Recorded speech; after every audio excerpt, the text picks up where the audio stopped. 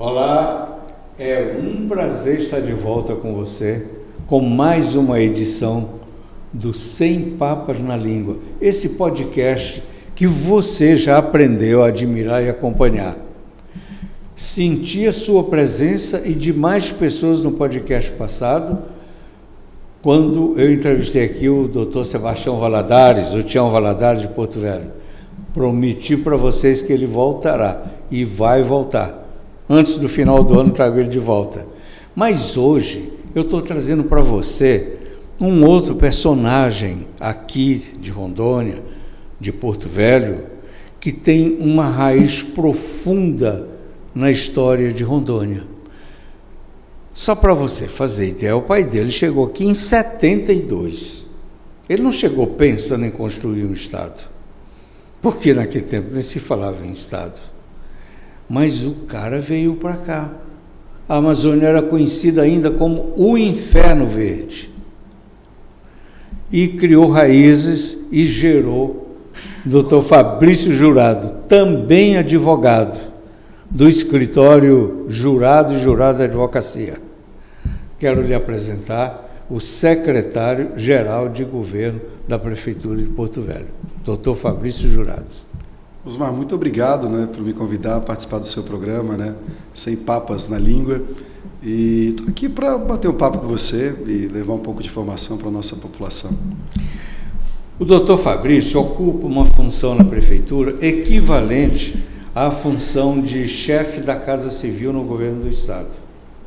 Eu tenho a impressão, doutor Fabrício, que pela lei do município o senhor tem mais espaço e atribuições de poder do que o chefe da Casa Civil. É verdade?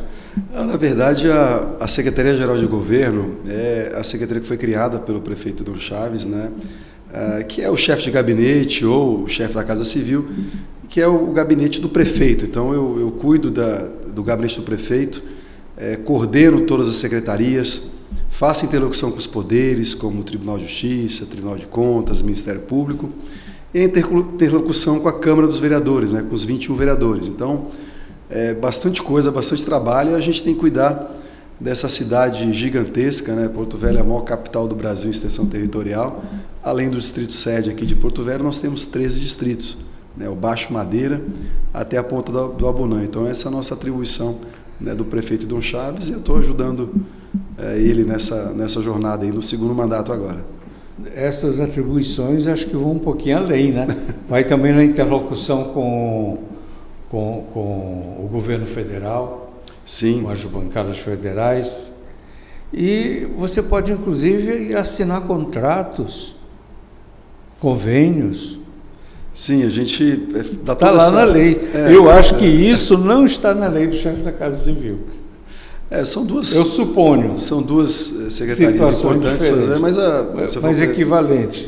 Mas se você for ver, o chefe da Casa Civil tem que cuidar do estado inteiro, então a atribuição é maior, daqui a Vilhena. Então eu também penso que é bem difícil, gerenciar tudo isso, mesmo Porto Velho sendo essa capital gigantesca. Enfim, eu estou gostando muito desse trabalho de poder ajudar a capital. Então diremos que o senhor está fazendo um estágio, para uma coisa maior. Quem sabe a Casa Civil? Na verdade, eu venho me preparando já de muito tempo. Eu sou nascido aqui em Porto Velho, como o senhor mesmo mencionou. Meu pai chegou aqui em 1972 para ser delegado de polícia. Ele foi o primeiro delegado de polícia bacharel em direito do então território de Rondônia. A jurisdição dele era de Porto Velho a Vilhena, o território inteiro um delegado para tomar conta disso tudo. O senhor imagina como é que era aquilo. O senhor também me disse que chegou aqui em 79, então não era fácil. Em 74, meu pai foi um dos 23 advogados, um dos fundadores da Ordem dos Advogados do Brasil, e eu nasci em 75, Tenho uma irmã, a Flávia, que veio depois, e nasci ali na Darcy Vargas, no final da Carlos Gomes. Meu pai sempre também foi advogado, já trabalhou em vários ramos, e eu acabei seguindo a carreira do direito. Por vocação ou por indução do pai? Uma família inteira de advogados, meus tios, meus primos, então foi meio que eu vivi no meio deles, todos são paulinos também, então não tinha muita opção, era São Paulino e fazer direito. E acabou que eu fui estudar Direito, né, em 93 eu fui para São Paulo, capital, fazer o cursinho e o pré-vestibular. Em 94 eu me ingressei na Faculdade de Direito, na Universidade Paulista. Me formei em 98. Em 99 eu fiz a prova do OAB em São Paulo. E na sequência eu já voltei para Porto Velho para advogar no escritório do meu pai, né? E aí... Em seguida o senhor fez uma carreira na OAB. Na OAB também tive, na época da... Foi conselheiro estadual, conselheiro federal, eu comecei presidente de comissões. Várias comissões. Eu comecei lá na época do Dr. Irã Marques, né, Dr. Irã foi presidente da OAB por 3 vezes, né, 3 mandatos. Comecei lá na comissão de habilitação. Depois com o Dr. Andrei Cavalcante, que foi nosso presidente, fui conselheiro seccional, que é como se fosse um deputado, né, dos advogados. E, por último, eu fui conselheiro federal, representando a advocacia lá em Brasília, que foi uma experiência incrível. Você está ali no meio dos melhores advogados do país. Então, foi muito bom esse aprendizado. Então, e agora, na política também, né? Na juventude. Você está avançando devagarinho, né? Da beirada do prato está indo. Né? E a jovem, né? O senhor tem somente 48... Vou completar 48, dia 9 de novembro agora. 48 anos. Bom, lá na minha infância, quem tinha essa idade já era visto como velho, né? Hoje, nessa idade, você está no meio do caminho, né? É como alguém que está caminhando nessa mesa, né? O senhor está bem aqui no meio, olha o tanto que tem para frente para o senhor andar. Isso é verdade, e eu tenho, né, me esforçado bastante, venho me preparando durante anos, né? Sempre especialidades, viajei bastante, para poder, de alguma forma, ir crescendo, né? Constituir família também. E sempre gostei de política, né? Mas eu nunca tive um envolvimento direto com política. A gente sempre foi da iniciativa privada, minha mãe foi comerciante, loja de joias, lavanderia, meu pai mesmo teve imobiliária, fazenda, foi pecuarista por 40 anos. A gente sempre esteve muito próximo da política porque Porto Velho sempre foi uma cidade de muros baixos, a gente sempre conheceu todo mundo, convivia com as pessoas. Chiquilito Oeste frequentava a nossa casa, Odaci Soares, nosso amigo, Oswaldo Piana, meu pai foi secretário de Justiça dele. Então era normal, né, você ter esse contato, o próprio Bianco também, governador, você ter contato com os políticos. Você ia num restaurante, você sempre encontrava, porque Porto Velho ainda era uma cidade pequena, né? Pô, e seu pai era sócio do Moreira Mendes. Moreira Mendes, exatamente, que teve envolvido em política, foi senador, né? Depois deputado federal. Eu sempre gostei, mas nunca me envolvi diretamente, até que eu conheci lá o Partido Novo, né? Isso já tem mais de 10 anos, um partido com ideias liberais, né? Livre mercado, que eu me identificava bastante com esse partido, né? E aí eu ajudei a fundar esse partido do zero, né? A coletar assinaturas aqui em Rondônia. Não é fácil fundar um partido. Então, Rondônia foi aí o último estado, né, para ajudar o Novo a conseguir o registro lá no TSE, em Brasília. E aí, então, eu resolvi, de alguma forma, participar da política diretamente. Nunca pensei em candidatura, mas em 2018 eu me candidatei ao Senado pelo Partido Novo. Tive a grata satisfação de ter 34.770 votos, né? Fiz praticamente uma campanha sozinho, né? Eu e o Ricardo, que inclusive está aqui com a gente, né? Que é o nosso... E um nome desconhecido do público. Totalmente, né? sem usar dinheiro público, né? Eu vi o resultado da votação que o senhor teve e me surpreendeu. E praticamente eu visitei só as cidades, né, do eixo da BR-364, porque uma campanha em 45 dias você não tem muito tempo para rodar tudo, né? Verdade. Então, usando muitas redes sociais, então eu fiquei satisfeito, e a ideia era continuar, né? Não é fácil você se eleger, então eu precisava ficar conhecido. A ideia era vir em 2020 candidato a prefeito, para ir para os debates televisivos, e inclusive até com o próprio Wildon, né, que veio a reeleição. E depois, em 22, eu tentaria, talvez, deputado estadual, né, que também não é fácil, você tem que ter nominata, enfim. Mas esse era o meu planejamento até dentro de casa. Eu combinei, eu vou tentar 3 vezes. 2018, 2020 e 2022. Se não der certo, eu continuo advogando. E acabou que 2020 eu tive que mudar de partido, né? O Novo não quis lançar candidatura aqui, eu fui para o Democratas. E Democratas até foi engraçado que meu pai também ajudou a fundar aí, né, na época o PDS, né? Começou lá atrás, depois o PFL, o Democratas. Então eu fui Democratas. E aí veio a pandemia, as eleições foram adiadas, né? Ficou mais para o final do ano, e acabou que nós fizemos acabamos coligando, né? Decidindo democratas apoiar a reeleição do prefeito Hildon Chaves. O prefeito foi reeleito, e aí nisso eu me aproximei muito do Hildon, né? Eu conheci o Hildon já há bastante tempo, mas eu não era tão próximo dele. A gente se aproximou muito na campanha, eu ajudei ele a fazer na reeleição, a agenda dele empresarial, nas reuniões, e na sequência ele me convidou para integrar, né, o governo. Eu disse que eu aceitaria, porque eu sempre quis ajudar a cidade, né, a cidade onde eu nasci, e ele me convidou para assumir como assessor executivo lá do gabinete, para ajudar ele nessa parte política. Só que em 30 dias teve uma reviravolta, e quando eu vi, ele me convidou: agora você vai virar o secretário-geral de governo. E aí minha vida meio que virou de cabeça para baixo, né? Eu tive que me afastar da advocacia, né? Virei ordenador de despesa, e aí, né, os primeiros 5 meses não foram fáceis, até eu conhecer, né, a estrutura, a máquina, né, todas as secretarias. Eu não conhecia nem os secretários, né, naquela época. Então, como é que era essa relação com a Câmara, com os vereadores, né? Apesar de eu ser político por natureza, a gente faz política até dentro de casa, mas na prática é diferente, né? E depois o negócio engrenou, e estou aí até hoje com o Hildon, né, podendo contribuir. Vou voltar um pouquinho lá atrás. Tá.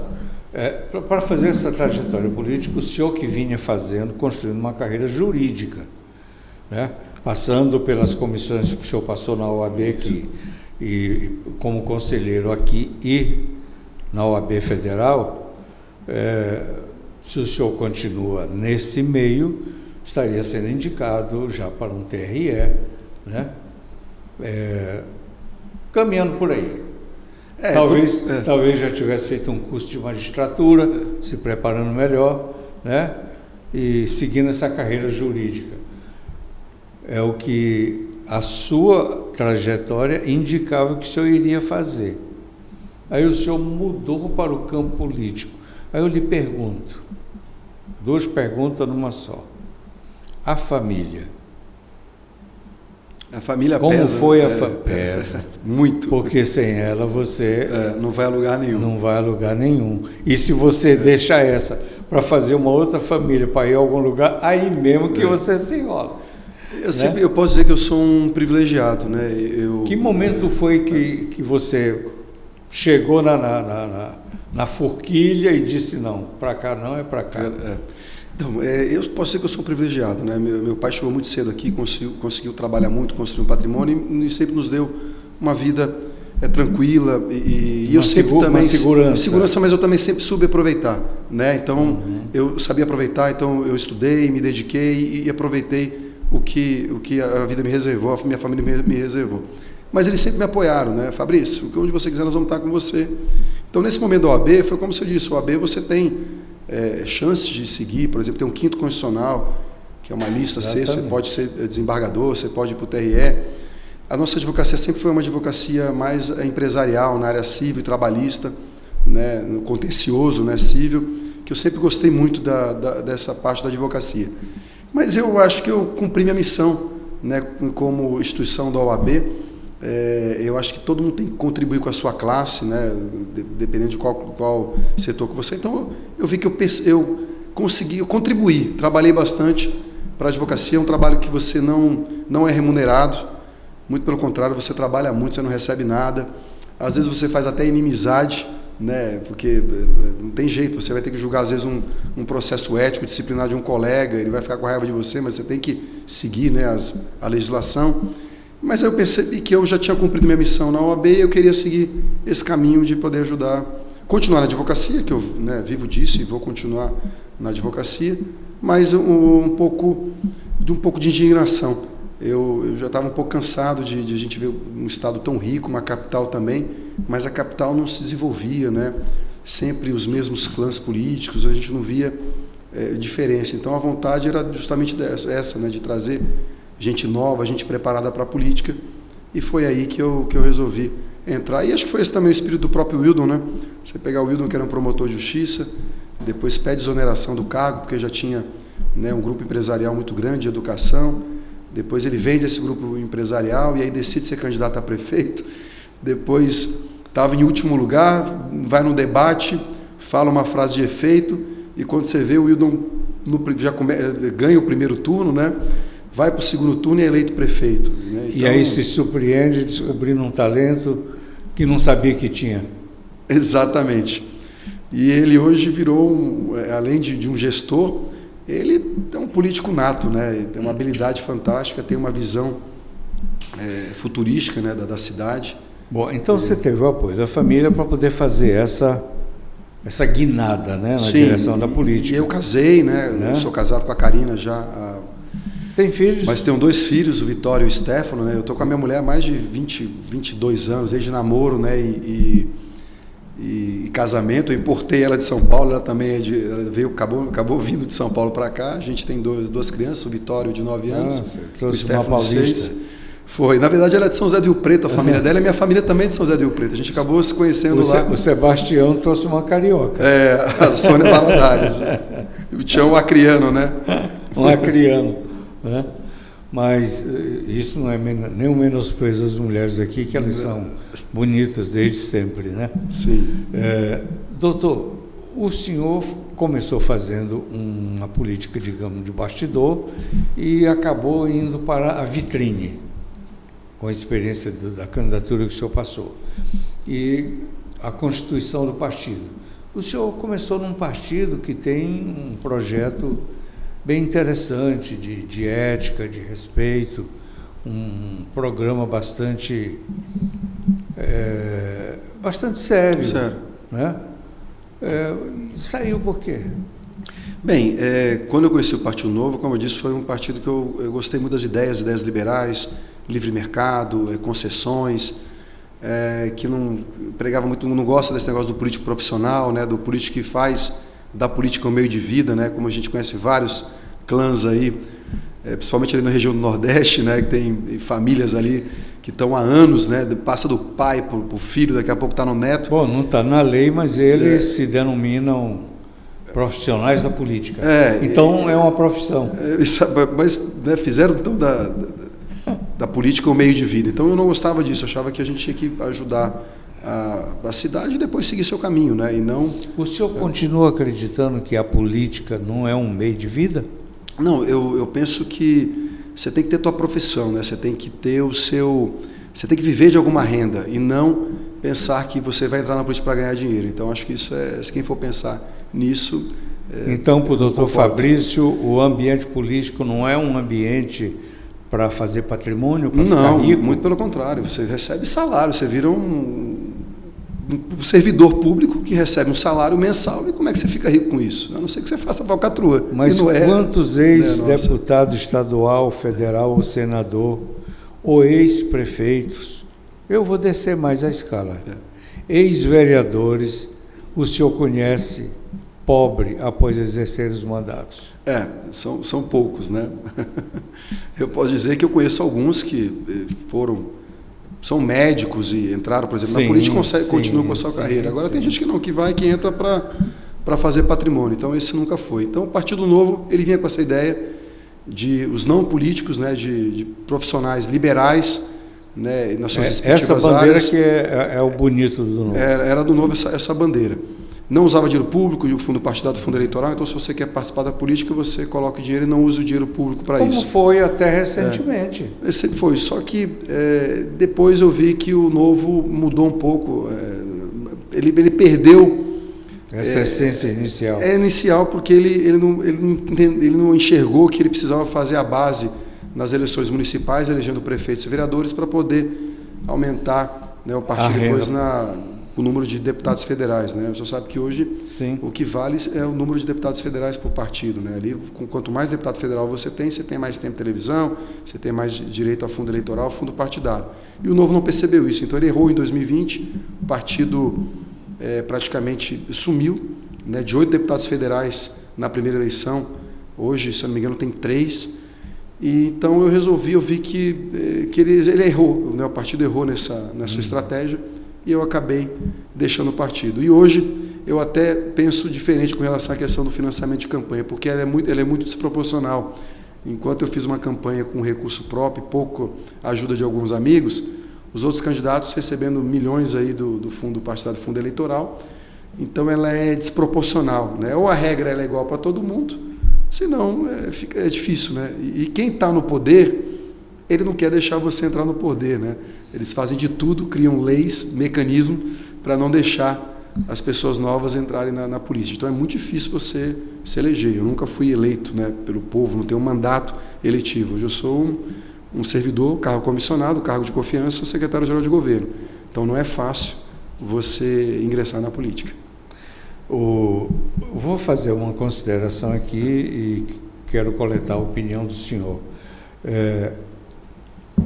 A República nossa, democrática brasileira, tem muitas imperfeições. A República não é perfeita, não é um sistema perfeito, mas é o melhor que se conhece, né? Essa distribuição de dinheiro para partidos por duas fontes chega a ser uma imoralidade, na minha opinião. Você vê, ao mesmo tempo, agora, o presidente da República cortando dinheiro da educação, de ciência e tecnologia, cortou do meio ambiente esta semana, né, para fazer 3 coisas. Não corta do fundo partidário, não pode, tem que ser uma negociação, mudar a lei e tudo, mas devia pelo menos brigar por isso. Não corta do fundo partidário e o outro é o fundo eleitoral. E as emendas que transformaram os deputados em verdadeiros executivos. Deputado tem em emendas mais dinheiro do que a maioria dos prefeitos tem. Eu gostaria de ouvir sua opinião com relação sobre a essa isso. questão do fundo partidário, fundo eleitoral, principalmente fundo partidário que mantém os partidos, eu também sempre fui contra, porque a gente já viu muitos desvios, gente usando para alocação de aeronave, de helicóptero, até para fazer churrasco com dinheiro público. Então, falta dinheiro público na área de saúde, na educação e dar todo esse monte de dinheiro para partido. Então, eu sempre fui um pouco contra isso. Com relação à questão das emendas parlamentares, hoje que eu estou do outro lado, no Executivo, eu vejo que elas são importantes para o desenvolvimento dos municípios. Hoje o nosso maior problema, não digo só na capital, mas acho que na maioria dos municípios do país, é a falta de projeto, né? A gente, apesar de ter uma secretaria muito boa, que é a SEMESC, que faz projetos fantásticos em todas as áreas, mas a gente percebe que existe muito recurso público federal, mas poucos projetos, não dá. Então, a gente perde, às vezes, recurso público por falta de projeto, e principalmente nas cidades pequenas. Então, se você tem um projeto para a construção de uma escola, vai ter dinheiro, vai ter algum deputado que vai querer colocar dinheiro nela, ou no posto de saúde. Então, eu acho que essas emendas são emendas importantes. Eu posso citar um caso emblemático, né, que é a construção da nova rodoviária, uma obra de 44 milhões de reais, só de emenda parlamentar. A ex-deputada federal Mariana Carvalho destinou 22 milhões para essa obra. E os outros dois 22 milhões, recurso próprio da prefeitura. E é uma obra que está todo mundo vendo a rapidez dessa obra e nós vamos entregar o ano que vem. Então, eu acho importante, desde que tenha projeto e que você saiba usar essas emendas para o benefício da população. O senhor não acha que as emendas elas têm essas finalidades, né? O cara vai atender a sua base, o prefeito da sua base, o vereador da sua base, a associação da sua base. É como se dissesse assim, o prefeito não vê a minha necessidade. O vereador não vê a minha necessidade. O governador não vê a minha necessidade. Então, vamos dar parte desse dinheiro para o deputado, que o deputado vê a minha necessidade.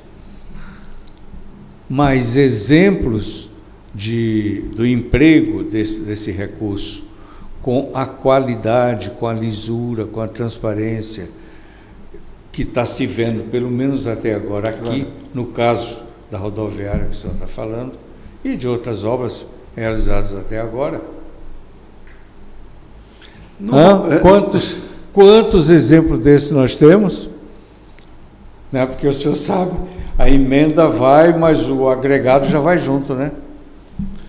No nosso caso, isso é meio que combinado, né? Porque o deputado ou parlamentar, quando ele chega, ele pergunta sempre: olha, prefeito, eu quero destinar uma emenda para Porto Velho, no que o senhor precisa? E aí o próprio prefeito diz: olha, eu preciso asfaltar, por exemplo, o bairro da Lagoa, preciso fazer todo o bairro da Lagoa, que é um bairro antigo, que tem problema, o bairro da Lagoa, né, já fala de inundação, drenagem profunda. E aí a própria bancada também se reúne e tem aquela emenda de bancada, que todo mundo coloca um pouco de dinheiro e você consegue um recurso maior. Então a gente acaba direcionando esse recurso de acordo com as necessidades da prefeitura. Então tem funcionado, e muito isso. A gente teve emendas agora no bairro Três Marias, de ruas como o Capão da Canoa, o Maitá, que foram emendas parlamentares e que estão sendo executadas essas obras. Praças, várias praças, né, que foram totalmente revitalizadas ou construídas, escolas. Então, normalmente, o prefeito já diz: olha, eu preciso para essa área, o parlamentar já destina, e depois o prefeito dá o crédito ao parlamentar. Aliás, o prefeito Dom Chaves sempre fez isso, né? Ele sempre, quem quiser mandar dinheiro para Porto Velho, pode mandar, independente de partido, eu vou dar o crédito para o deputado, ou para o senador. Eu acho isso fantástico, porque se ele mandou, ele destinou para algo que vai ser bom para a população, nada melhor do que dar o crédito a ele também. E o prefeito a feito gente isso. também tem observado que desde o começo do governo dele, no primeiro mandato, ele já foi a Brasília e conversou com todo mundo. Sim, na verdade, o primeiro grande problema que o prefeito enfrentou foram os viadutos. Os viadutos estavam aí abandonados há anos, mais de 8 anos. Ele foi a Brasília, juntou toda a bancada que tinha lá, de gente de outros partidos, conseguiu, através da bancada, destravar essa obra. Eu lembro até quem era o deputado na época, era o Luiz Cláudio, foi muito importante, né, o ex-deputado Luiz Cláudio. Que passou pela Semagric. Pela Semagric, para destravar, e conseguiu destravar essa obra do governo, que era do governo federal, de recurso federal, e o prefeito conseguiu concluir uma obra que estava paralisada há muitos anos. Da mesma forma, nós mesmos ontem tivemos na entrega de 272 apartamentos num condomínio popular chamado Porto Belo 1, né? São conjuntos habitacionais que estavam parados há mais de 10 anos. O prefeito percebeu, né, naquela época era uma grande construtora nacional que quebrou, faliu e não entregou esses empreendimentos, que era da Minha Casa Minha Vida, e o prefeito percebeu que faltava muito pouco para terminar isso. E aí ele destinou 30 milhões de reais de recurso próprio da prefeitura para finalizar 1.200 apartamentos. E ontem nós tivemos a grata satisfação de fazer a entrega para a população de 272, e agora na sequência vamos entregar os outros. Da mesma forma, umas casas ali, 269 casas que ficam ali na Oswaldo Ribeiro, no sentido Orgulho do Madeira, do lado direito, também abandonado, foi invadido, ação judicial, tiramos os invasores, e o prefeito Hildon também aportou 10 milhões. A gente já fez o sorteio das casas, estamos finalizando a ET, né, a Estação de Tratamento de Esgoto, e logo essas famílias vão receber as suas moradias. Então, é isso que a gente precisa fazer, né? Vocês vêm fazendo também um trabalho ali interessante, que é o que está possibilitando fazer, e essas entregas que o senhor está citando, que é o resgate de recursos que estavam travados por causas diversas, né? E vocês parece que passaram de 200 milhões Sim, de resgate, através lá do trabalho da secretaria da doutora Kemp. A Rose Kemp, que é da Semesc, tem fazendo um excelente trabalho. Isso. Não é isso? Sim, a gente tem... Isso parece que atinge mais de 1.000 moradias. Não, essas moradias, né, que eu disse ao senhor, foram essas 1.200 apartamentos, que são 30 milhões, recurso próprio, e mais 10 milhões a 269 casas. Então, isso nós fizemos. Os outros recursos são recursos de emendas parlamentares e recursos que a gente fez alguns empréstimos, alguns financiamentos. Nós acabamos de fazer 2 importantes empréstimos do Banco do Brasil, um de 35 milhões para a iluminação pública e mais 35 milhões para obras, né, de infraestrutura, porque a gente não quer perder esse ritmo, né, desse montante de obras que a gente está seguindo, e o ano que vem nós vamos partir para o último ano de mandato do prefeito Dom Chaves, e a intenção é terminar o mandato nesse mesmo ritmo, com muitas entregas e muita obra em andamento. Bom, o doutor Fabrício, então, defende a manutenção e a permanência das chamadas emendas, né? Eu acho importante. Individuais, emendas de bancada. Sim, e tudo. Nós precisamos de recurso federal. Mesmo que lá em cima elas tenham se transformado em instrumento de pressão, de negociação política. O Lula está penando.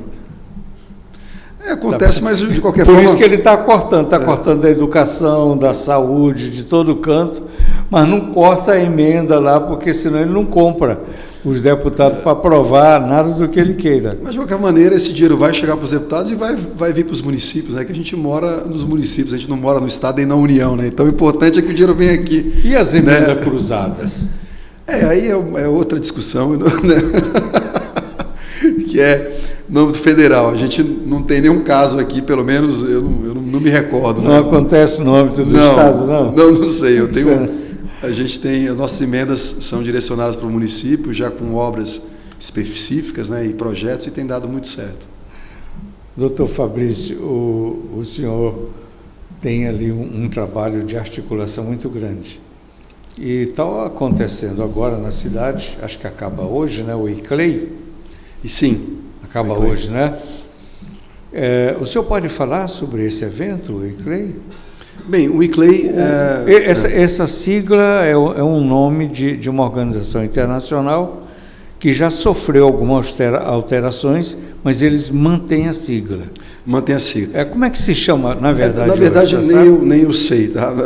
Quem conduziu todo esse processo foi o Marcelo Tomé, que é o presidente da Federação das Indústrias. Ele esteve aqui conosco, falou também sobre... da nossa agência de desenvolvimento econômico. Então, o Marcelo está muito envolvido nessa parte da Amazônia, crédito de carbono, tem lá o Instituto Amazônia 21, mais 21, que ele foi um dos organizadores, vem participando há muito tempo, e ele teve essa ideia de fazer esse encontro do ICLEI aqui em Porto Velho, trazendo lideranças da América Latina. Então, nós tivemos aqui com prefeitos do Peru, né, de outros países, para discutir de que forma a gente pode melhorar a vida das pessoas na Amazônia economicamente sem afetar tanto o meio ambiente. Então foram 2 dias de muita discussão nesse aspecto de especialistas, que depois eles vão levar para a COP, né, que é o grande encontro que acontece no ano que vem,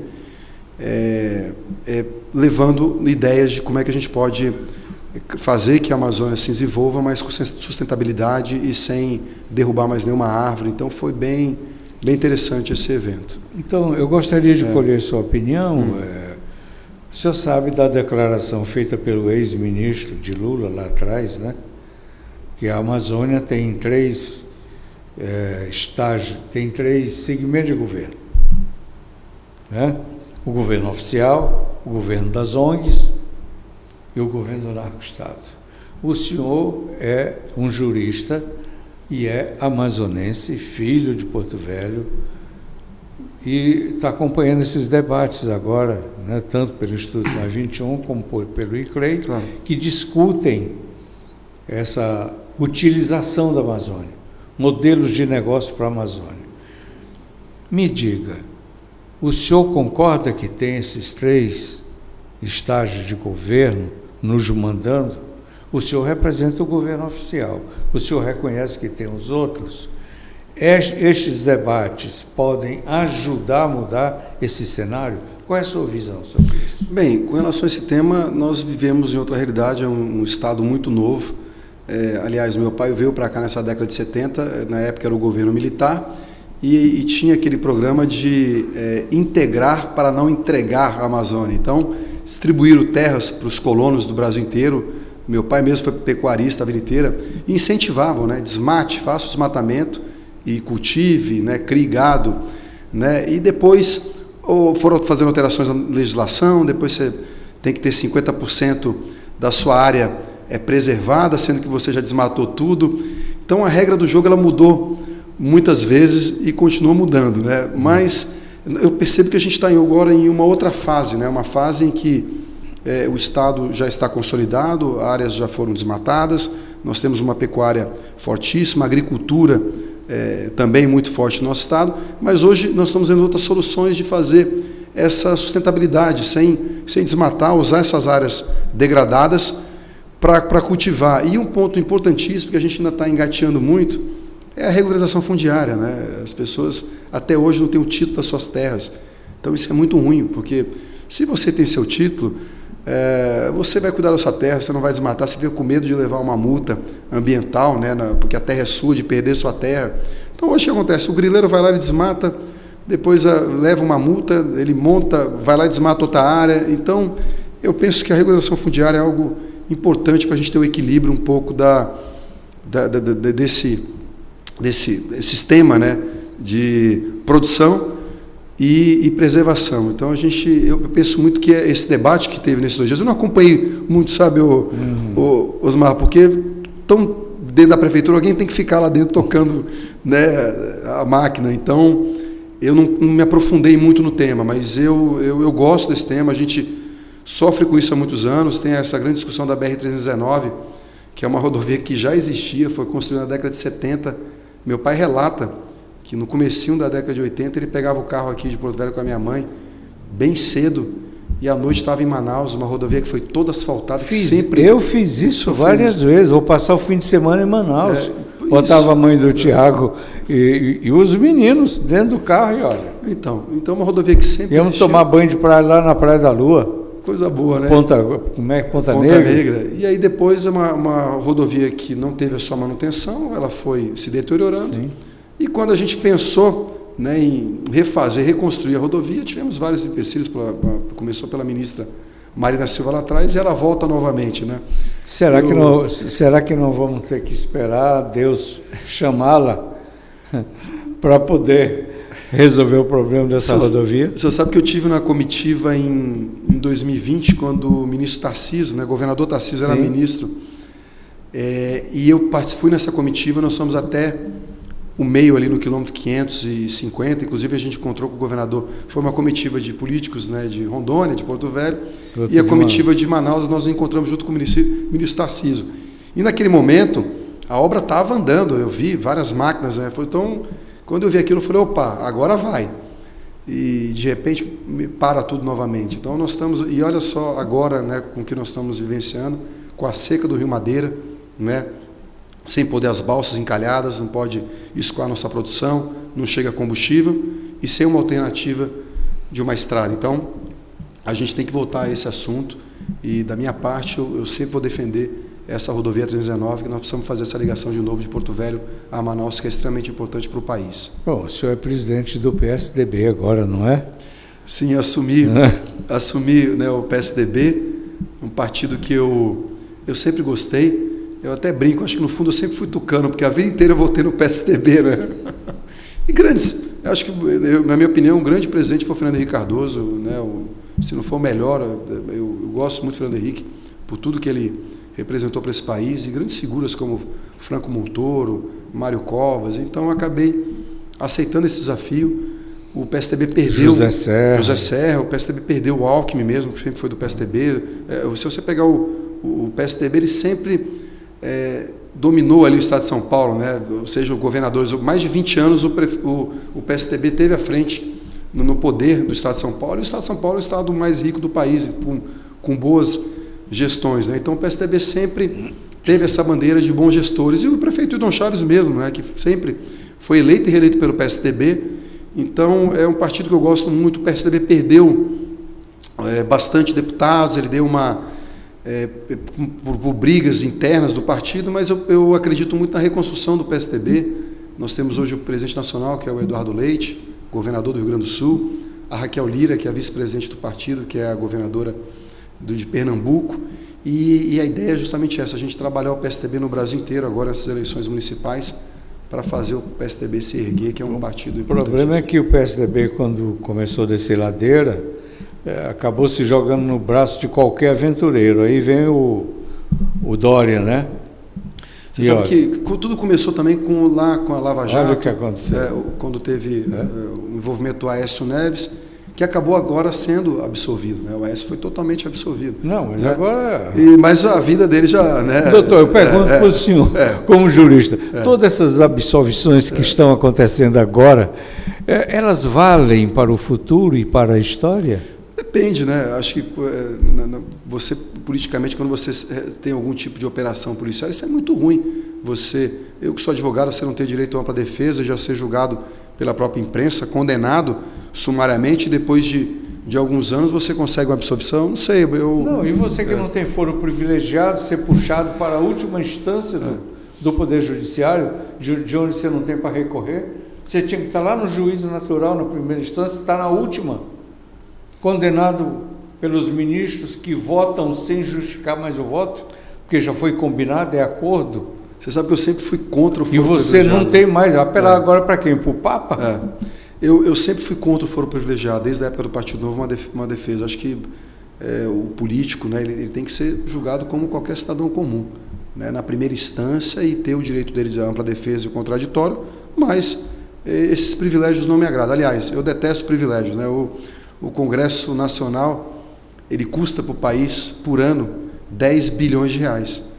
Aquelas duas casas, o Senado e a Câmara Federal, né, para você ter ali 81 senadores e 513 deputados federais. É muito dinheiro para manter essa estrutura. Então, eu acho que a gente precisa cortar um pouco esses privilégios. Mas e também acabar com o Poder Judiciário nosso, que é mais caro do que o americano. Todos, a gente precisa rever, né, esses gastos, né, com todos os poderes. Aí vem um presidente que sai de 20 e poucos, 23 ministérios para quantos, né? Eu nem sei quanto tem hoje, né? 30 e poucos. 38, parece, né? Por aí. Então, você acaba aumentando a máquina, né? Fazendo Cuidado, a máquina senão o pé de meia que seu pai fez vai embora. Não, e a gente tem feito isso muito na prefeitura, desde quando o Hildon assumiu. A gente segura mesmo os gastos, tanto é que hoje a gente consegue fazer essas obras porque sempre teve uma economia, né? A gente sempre teve dinheiro em caixa. E fazendo isso, cortando viagem, cortando compra de veículos, a gente sempre espremeu muito e a gente continua fazendo isso. E o gestor tem que fazer isso, porque senão não adianta. Se você for dar benefício para todo mundo, não vai sobrar dinheiro para obras e nem para investimento da população. Então a gente vem trabalhando dessa maneira. O senhor fez lá atrás, na nossa conversa, uma referência aos distritos, né? O senhor disse que nós temos 13 distritos. Tal. Na minha literatura jornalística, já há muito tempo, eu, quando me refiro a eles, não digo mais distritos, eu digo cidades distritais. Porque a maioria deles tem só na sua população urbana uma população superior ao dos 52 municípios, quando foram criados, com exceção de Porto Velho, que já existia, e o Humaitá. Portanto, de 50 municípios. Não, União Bandeirantes é maior do que muitos municípios, né, do estado de Rondônia. Não, ele estaria entre os 5 mais populosos, 40. Então, só que, como a cidade ela é muito grande, né, a extensão territorial de Porto Velho, acaba que a gente tem que cuidar de todos os distritos. E é Porto Velho, não adianta, né? Faz parte de Porto Velho. Quer dizer, na verdade, o prefeito, ele não é prefeito de uma cidade. E o senhor não é secretário de governo de uma cidade, mas é de 14 cidades, é isso? Nós temos os administradores distritais, né, que são pessoas nomeadas pelo prefeito, que meio que uma espécie de um subprefeito ali, sim, que está uma subprefeitura. Mas né? Ele não tem orçamento. Não tem, depende da gente. Mando, depende da gente. Então, a escola que está lá, nós que temos que cuidar, né, o posto de saúde. Nós temos em Porto Velho 7 mil quilômetros de estradas rurais para tomar conta, ou seja, é uma loucura isso. Você vai a Curitiba e volta, são as cidades, 7 mil quilômetros de pontes de madeira. Nós temos uma escola que fica a 400 quilômetros do prédio do relógio, do gabinete do prefeito, e é Porto Velho. A gente tem que cuidar dessa escola. E a estrutura de saúde? Gigantesca. Então, hoje nós temos 141 escolas que a gente tem que cuidar com reformas. Nós temos uma frota de ônibus que não tínhamos, né, que estava ali abandonado. O prefeito, apesar dele não gostar muito de ter frota própria, prefere muito a terceirização, mas não teve outra saída, ele teve que investir recursos e comprou aí uma frota gigantesca. Hoje a gente tem mais de 160 ônibus escolares que faz, né, o transporte dos nossos alunos em todas essas escolas. Então, é difícil a gente chegar nos distritos.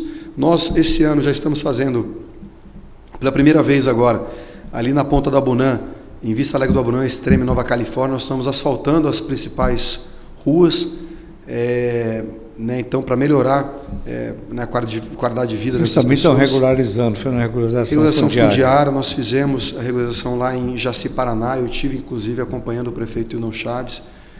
Entregamos lá mais de 250 Em Extrema títulos. também, não foi? Extrema, a nossa equipe da CEMUR está trabalhando agora fazendo o cadastro e nós vamos Brasil.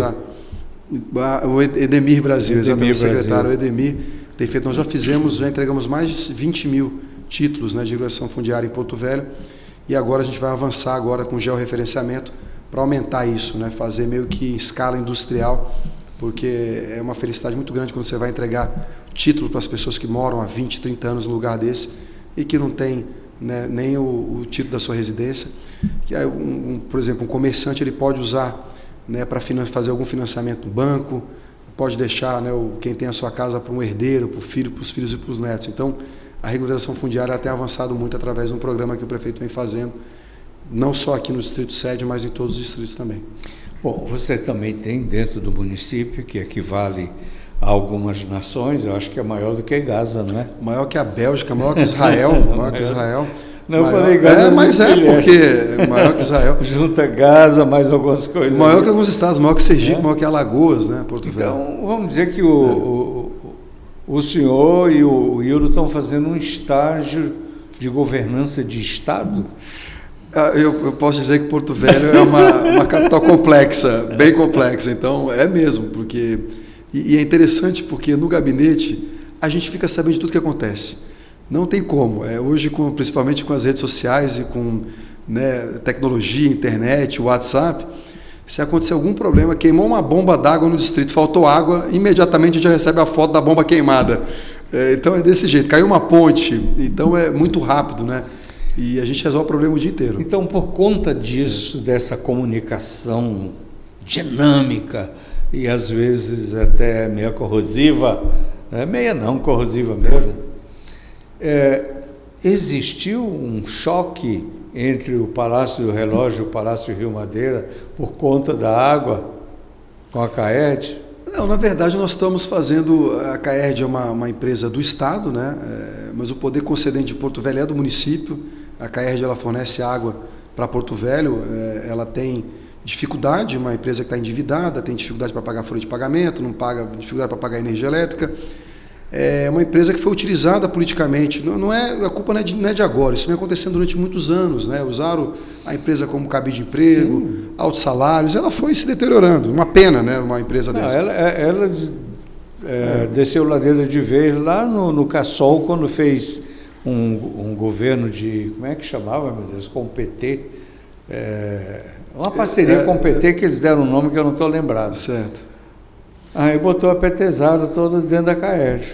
Então, nós queremos... Os salários duplicaram, né? Só dava para arrecadar para pagar eles mesmo. Então, o que nós queremos fazer agora é fazer o saneamento básico de Porto Velho. Esse é o nosso objetivo. O prefeito, lá desde 2018... Como é que está aquele projeto? Então, desde 2018 ele abriu um processo, né, os estudos do saneamento básico aqui em Porto Velho. As 3 maiores empresas do Brasil, América Latina, estiveram aqui, a EGEA, Águas do Brasil e a BRK, que é da Brookfield, fizeram esses estudos.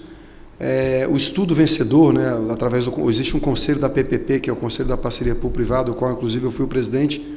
Hoje eu sou o gestor jurídico. O presidente é o Ivan, que é um advogado, Ivan Furtado, que inclusive é o presidente do IPAM também, no Instituto de Previdência de Rondônia. A gente tem um pessoal muito técnico, muito capacitado, engenheiros, advogados, gente economista.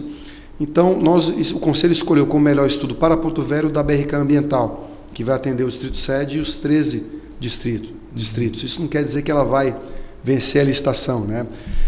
A gente teve que fazer a atualização desses estudos, porque eles tinham sido feitos antes do novo marco legal do saneamento básico, que é a lei do saneamento básico, que é de 2020, então a gente perdeu um bom tempo com isso, fizemos audiências públicas. Agora nós apresentamos esse projeto, esses estudos para o Tribunal de Contas. Em função dessa alteração que houve agora, mas... Em 2020, né, teve a lei do saneamento básico, foi uma lei, o novo marco legal do saneamento básico. Mas a decisão do STF agora não está impactando nisso? Não, nada, não. A gente segue Até porque está discutindo também no Congresso. Não, a gente segue essa legislação. Tá. Então, a gente está numa fase agora, o Tribunal de Contas fez uma pré-análise desses estudos, ele acabou de fazer uma devolutiva essa semana, com alguns apontamentos. Nós vamos reunir o Conselho para analisar, né, o que o Tribunal de Contas apontou, e a gente pretende, até o ano que vem, fazer essa grande licitação da ampla divulgação. A gente quer fazer essa licitação na Bolsa de Valores do Brasil, a B3. É uma obra de 10 anos, uma obra que vai ter um investimento de aproximadamente 3 bilhões de reais, ou seja, Porto Velho vai virar um canteiro de obras, vai gerar emprego e renda, e nós vamos fazer o principal, que é levar água tratada para a população. O que não dá é para ficar do jeito que está. Hoje Porto Velho continua sendo a pior capital do Brasil em saneamento básico. 3%. Menos de 30% da população, 26% recebe água tratada de forma intermitente. Tem semana que não vai, agora não está nem tendo água porque está tudo seco. O poço Amazonas, né, que o cara cavou lá na picareta, na enxada, secou. E o esgoto que o senhor falou é menos do que isso, acho que é 1,5%, que são os condomínios que têm as estações de tratamento de esgoto. Então, assim, é um desastre, lençol freático contaminado, crianças doentes, né? E tem já um estudo da Organização Mundial de Saúde que para cada R$1 investido em saneamento básico, você economiza 4 em saúde. Então, é uma obra, a mais importante hoje é essa, né, que a gente E você prevê que isso chegará a ponto de... Quando mais ou menos deverá chegar no... Bem, o prefeito costuma dizer que os maiores... Na Bolsa, né? Na Bolsa. O prefeito costuma dizer assim, todos os maiores problemas de Porto Velho eu tive que enfrentar, né? Que foi a falta de transporte coletivo, estava sucateado, resolveu, hoje tem a frota com mais de 100 ônibus, transporte escolar, viadutos, rodoviária, o asfalto, um déficit de asfalto, nós batemos a marca de 750 quilômetros de asfalto daqui a Vilhena. O lixo, que é também importantíssimo, a gente está fechando a Vila Princesa, aquele lixão a céu aberto, gradativamente. Nós chegamos a licitar um aterro sanitário, um aterro controlado, coleta seletiva.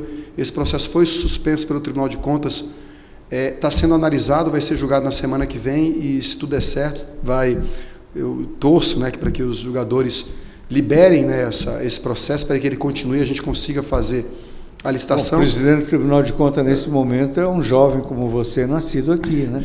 Paulo Cury, meu amigo também, a gente inclusive estudou direito na mesma época em São Paulo. Como é que vocês se denominam? Nós somos barranqueiros, somos minhoca, como é que vocês... Acho que os pais chegaram na mesma época, né? Década de 70, são pioneiros, né? Que chegaram aqui há muito tempo, e a gente, essa nossa geração... É a geração que está aí. Por exemplo, Paulo Cury é o presidente do Tribunal de Contas, né, um tribunal importantíssimo, estudou Direito também em São Paulo, passou no concurso público. E fazendo um bom trabalho lá. Extremamente preparado, eu estou na prefeitura ajudando. A gente quer isso, essa geração de pessoas que querem ajudar o Estado, cada um com a sua competência. Então, o senhor acha que isso deverá chegar? Eu acho, então, nosso objetivo é licitar até o final do mandato do prefeito. Se a gente conseguir licitar isso, o próximo prefeito, a próxima prefeita consegue tocar essa obra. Então a gente precisa bater o martelo na Bolsa de Valores. E aí assinar o contrato. Então os dois prédios não podem brigar, né? O Palácio Rio Madeira e o Relógio. Não tem nem... Porque alguém tem que cuidar da água para o povo nesse muito pelo período, contrário. Né? Hoje até o prefeito, ontem o governador esteve com a gente, né, com o prefeito nessa entrega dos apartamentos, né? E existem várias parcerias, por exemplo, como o programa Tchau Poeira, que o governador vai asfaltar, né? Está asfaltando agora o Jardim Santana, eu estive lá ontem, está bem bacana, drenagem profunda, asfalto, e o Três Marias, em parceria com a prefeitura. E hoje mesmo o prefeito Hildon Chaves esteve em reunião com o governador, ficaram mais de 2 horas lá tomando café, batendo papo, então está tudo tranquilo, acho que... você sabe, né? Na imprensa, de aqui a colar pipoca. Mas é muito fuxico, muita fofoca, tem muita gente querendo atrapalhar, desestabilizar, e a gente não pensa nisso, a gente está mesmo trabalhando. O Hildo asfalta a rua, o Marco Rocha manda o cara lá arrebentar a rua toda. Nem o governador nem tem conhecimento disso, acaba que a CAERD faz esse serviço, e por falta de planejamento mesmo, mas o que a gente quer é o seguinte, se rasgar o asfalto, faça a recomposição do asfalto. Aí a CAERD disse que a falta de planejamento da prefeitura, que podia... eu acho que isso aí também se resolve conversando, não é não? Olha, eu vou precisar abrir para fazer encanamento de água, você vai asfaltar aqui agora? Só que nós não podemos esperar, porque o nosso ritmo é muito mais acelerado, né? Como eu falei, a gente já bateu 750 km de asfalto e a CAERD não acompanha o nosso ritmo. Então, se abrir o asfalto, que abra, mas que depois faça a recomposição com asfalto de qualidade. Ficar igual nunca vai ficar, mas não vai ficar pelo menos aberto com poeira. É isso que a gente quer. verdade que foi assinado uma ordem de serviço para fazer 300 quilômetros de meio-fio e calçada? Sim, de meio-fio e meio-fio. Foi hoje? Não, já tem mais ou menos uns 30 dias e o serviço está acontecendo, né? Eu tive, inclusive... Na Zona Leste? Na Zona Leste. Todo na Zona Leste? Por mais que a gente ache que 300 quilômetros é muita coisa, não é, porque você tem que considerar que são os dois lados, né? Então 150 quilômetros seria. Então não é muita coisa para o tamanho de Porto Velho, mas já é porque a gente faz o asfalto... Mas diante do comportamento dos que o antecederam, dos que lhes antecederam... Não fizeram nem drenagem. Que não faziam nem 30... Não, e nem drenagem, né? Então eu tive, inclusive, lá no bairro Mariana, e eu vi o meio-fio sendo instalado, está ficando bem bonito, porque o meio-fio ele acaba que conserva o asfalto, né? Porque ele impermeabiliza, né? A água não entra por baixo, tem ali o percurso. Mas o prefeito, desde quando ele assumiu, ele falou, não vou fazer um asfalto meia boca, o asfalto sem qualidade, eu quero fazer um asfalto, mas eu quero fazer completo, eu quero fazer a drenagem profunda. Então as nossas licitações contemplam tudo isso. Drenagem profunda, meio-fio, sarjeta, calçada e o asfalto. Então a gente tem feito, como exemplo, o bairro Igarapé está praticamente concluído, né? Uma obra fantástica que está beneficiando o bairro inteiro. Se você passar lá, já está com a calçada pronta, as pessoas já estão plantando sua árvore, suas plantas na casa. Como fizeram lá no Flamboyant. Flamboyant foi o primeiro e ficou muito bonito, né? Eu estava esses com o Hildon lá, quando eu vi o pé de quiabo na frente da casa, você vê uma pessoa cultivando o quiabo, né? Fazendo na frente da sua casa, né? Uns já plantando flor, árvore, então é muito bom. Preciso terminar aquelas praças lá, né? De esporte e tal, aquela outra. Nós entregamos a do Mariano, né? Mariana, uma praça importante, foi até emenda também. Estou dizendo lá do Flamboyant. Do Flamboyant, se eu não me engano, está finalizando. Tem umas praças na campanha, a Mariana até se equivocou, botou uns outdoors dizendo que tinha entregue a praça. Não, nós estamos finalizando. Uma obra também importantíssima é a da Estrada dos Periquitos, né? Inclusive foi emenda da Mariana também, que é a Estrada dos Periquitos, uma rua, né, que acessa ali da BR até a Zona Leste, ali no posto de saúde José Adelino, que era uma via de mão única, escura. Então, primeiro a gente iluminou, e aí veio essa emenda na Mariana de fazer um grande projeto, revitalização daquilo, uma espécie de um mini espaço alternativo, com calçada, ciclovia, iluminação. Foi emenda da deputada Mariana lá na Estrada dos Periquitos. E hoje está faltando ali praticamente 600 metros só para a gente concluir, que é justamente ali chegando no bairro, no posto José Adelino. A gente teve um pouco de dificuldade, tem que mudar a fiação, os postes, então a Energisa vai fazer a mudança desses postes para que a construtora continue finalizando a Estrada dos Periquitos. Eu vou voltar com o senhor a falar das cidades distritais. Dos nossos distritos. E eles sim que dizem, eu estou indo para a roça, eu estou indo para a comunidade tal, né?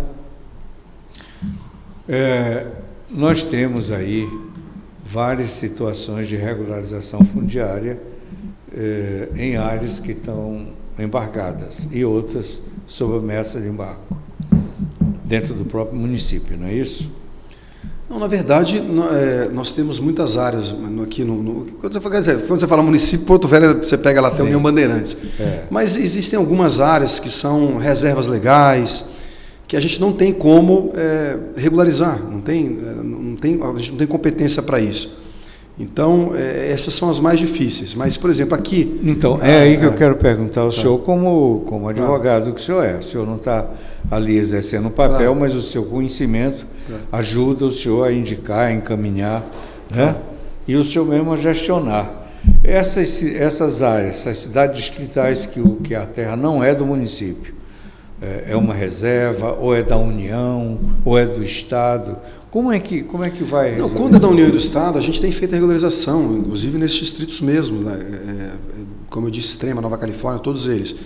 Agora, existem outras áreas, que isso aí são áreas rurais, que fazem parte de Porto Velho também, que essa aí sim está dentro de uma reserva legal, a gente não tem como fazer.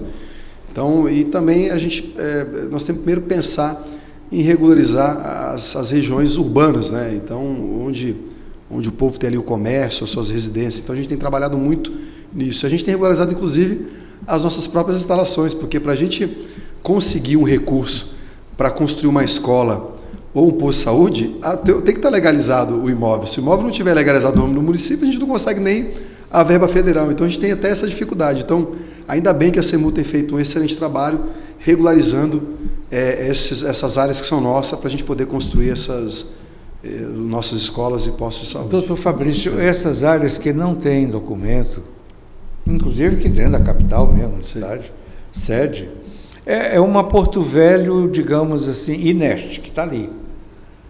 Você não pode tomar um financiamento para fazer um sobradinho, para aumentar seu comércio, para melhorar a roça, para comprar Você fica fora de tudo, não é? Se você consegue regularizar, você incorpora tudo isso no processo econômico. Isso é perfeito para a economia da cidade, né? Então, por isso que a gente tem feito... Consolida aquela cidadezinha lá, né? Mas isso é muito difícil, por exemplo, o INCRA tem dificuldade, né, em fazer, né, essa regularização, falta de funcionários, de concurso público. Mas o INCRA não está fazendo com as prefeituras uma parceria? Isso nós temos, inclusive a gente quer fazer contratação, né, de estagiários para ajudar nisso. Então a ideia é fazer o primeiro... Já tem esse acordo com a gente tem conversado muito com Porto Velho para começar, a gente conversou muito com eles, a gente vai tentar fazer agora, como eu disse, escala industrial, né, para poder ajudá-los a nos ajudar, né? Então a gente tem que estar todo mundo sincronizado, o governo federal, o governo estadual com os municípios. Né? Até porque 18 INCRAs, 18 estados está na mão do MST e eles não têm interesse de regularizar. Não, nós vamos fazer a regularização. O prefeito, inclusive, agora como presidente da ARON, da Associação Rondoniense dos Municípios, ele ainda representa, né, os municípios do estado de Rondônia e ele está levando essa ideia para todos os municípios, copiando Porto Velho, né, porque Porto Velho, não, nós somos o município que está mais regularizando. O estado tem que fazer a parte dele também, né, e a União. Então, acho que é uma união de... Se o prefeito, através da ARON, conseguir arrebanhar uma boa quantidade de municípios para fazer uma parceria com o INCRA, o superintendente do INCRA que está aí, ele não é nascido aqui, mas é um rapaz que está aqui há muito tempo. Eu conheço ele desde o comecinho e conhece muito o que faz. Bom, é o rapaz que criou, foi ele, junto com o doutor Lopes, que hoje é advogado, era agrônomo, que construíram e fizeram o Machadinho. Sabia? Machadinho, não sabia. Foi. Mas eu acho interessante, já que isso é um assunto interessante, fica uma sugestão de só convidar o Edemir Brasil. Não sei se ele já veio aqui. Já veio, né? O Edemir, ele é muito dedicado, né, nessa área, e tem a equipe, aliás, a equipe da CEMU, ela tem know-how, a gente tem ajudado muito eles. E essa questão que eu estou colocando para o senhor, eu coloquei também para o superintendente do INCRA, que sentou aqui aí, foi que para ele o desafio é o Estado. E ele tem um órgão que foi, ao longo do tempo, o senhor sabe disso, depredado, abandonado, né, largado lá. E o governo federal não demonstra nenhum interesse de revitalizar aquilo ali, não. Então, se não houver um trabalho, e eu acho que aí o Hildo pode fazer esse trabalho, é meu pensamento, não sei, claro, o senhor vai se manifestar já, né? Fizer um trabalho, juntar pelo menos os principais municípios, 30 dos 52, fazendo uma parceria com o INCRA, formando gente, ajudando na regularização, eu acho que o Estado avança muito e Porto Velho ganha muito com isso. Tenho certeza, o prefeito ele vai continuar com essa pauta, ele defende essa pauta de regulação fundiária, tanto é que ele tem ido pessoalmente fazer a entrega desses títulos, como eu dei o exemplo de Jaci Paraná. A gente foi até acompanhado do Dr. Robles, né, que é o corregedor do Tribunal de Justiça. O Tribunal de Justiça também tem nos ajudado muito, uma parceria com o TJ. Então, isso é uma união de esforços, de poderes, todo mundo junto para entregar título e regularizar as terras aí do nosso povo. O senhor sabe que as terras do seu município, onde o senhor nasceu, até recentemente eram consideradas terra de terceira. Tanto que a colonização foi de Itapuã para lá. Porto Velho ficou porque isso aqui não valia nada e hoje está mostrando que é o contrário, não é?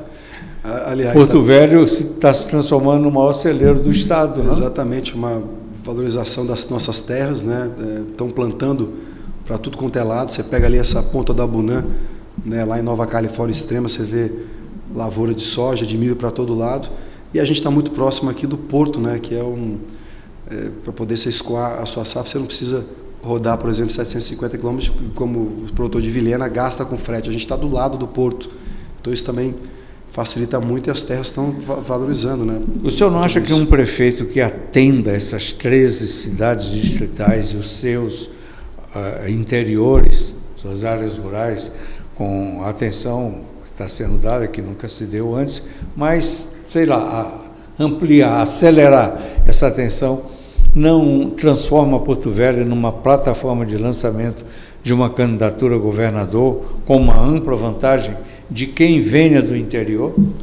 Na verdade, Porto Velho já é uma vitrine, né? Você vê o tanto de obra. Hoje a gente tem mais de 30 obras em andamento e a gente tem algumas peculiaridades, né? Por exemplo, o Baixo Madeira é uma outra economia. Ali são pequenos produtores que produzem ali na beira do barranco, melancia, macaxeira. Inclusive, eu até vi uma entrevista do Carlos Magno essa semana que ele já está com recurso para o ano que vem voltar ali um barco para poder ajudar essa população a escoar a sua produção desses pequenos produtores. Já na Ponta da Abunã é diferente, porque você tem a rodovia, você tem acesso, né? E aí tem os grandes produtores, grandes fazendas. Então, a gente tem que ajudar de todos os lados, né? Os pequenos e os grandes, a gente desenvolver cada vez mais a nossa região aí. O senhor está, não sei se o senhor olhou o relógio, mas nosso tempo já...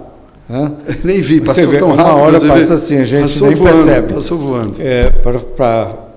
Estamos caminhando para encerrar e eu vou lhe perguntar o seguinte: nós estamos vivendo uma seca grave, né, com graves consequências a ponto de vocês acabaram de assinar um decreto aí, não foi?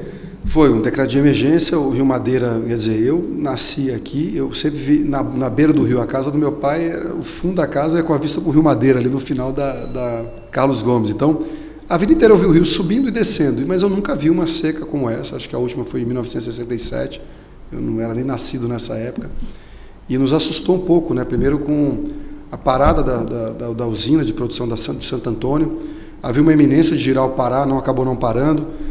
Houve uma recomendação, inclusive, do Sistema Nacional que cuida da energia para que acionássemos as termoelétricas, a Termonorte 1 e 2, ainda está na iminência de acionar essas duas termoelétricas, porque nós estamos interligados ao Sistema Nacional, né? A gente manda a energia para lá e qualquer colapso pode ter um apagão no país inteiro, né? Então, fiquei assustado, mas eu penso que agora...